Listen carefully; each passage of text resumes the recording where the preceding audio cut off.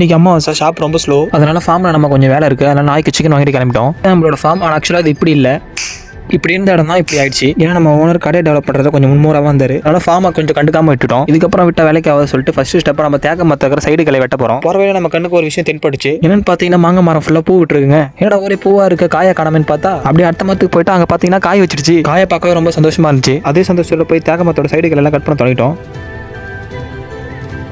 இந்த மரத்தை எல்லாத்தையும் இந்த மாதிரி க்ளீனாக வெட்டியிருக்கோம். இந்த லைன் ஃபுல்லாக பார்த்தீங்கன்னா தென்னை மரம். அந்த சின்ன மரத்துல பார்த்தீங்கன்னா ஒரு குருத்து வந்திருக்கு. அப்படியே அதுக்கு பக்கத்து மரத்தில் பார்த்தீங்கன்னா எல்லாமே வந்துருச்சு. இப்போ முடிவு பண்ணிட்டோம் இதுக்கப்புறம் இந்த கார்டன் நம்ம நல்லா பார்த்துக்கணும்னு. அப்படியே கொஞ்சம் மல்லிப்பூ பிரிச்சுட்டு நம்ம எடுத்த பொருள் எடுத்து ஷெட்டில் வச்சுட்டு ஃபார்மை பூட்டிட்டு இன்னொரு கார்டன் போக போகிறோம். நம்ம இன்னொரு கார்டன் வந்துட்டோம். நாய்க்கு சாப்பாடு செஞ்சு போட அதாவது தந்தோடனே நம்ம பசங்க நம்மளை வர இருக்காங்க. அவங்களுக்கு அப்படியே கொஞ்சம் தடவி கொடுத்துட்டு பசங்களுக்கு சாப்பாடு செய்யறதுக்கு அடுப்பு பற்ற வச்சு சாப்பாடு செய்கிற ப்ராசஸை தொடங்கிட்டோம்.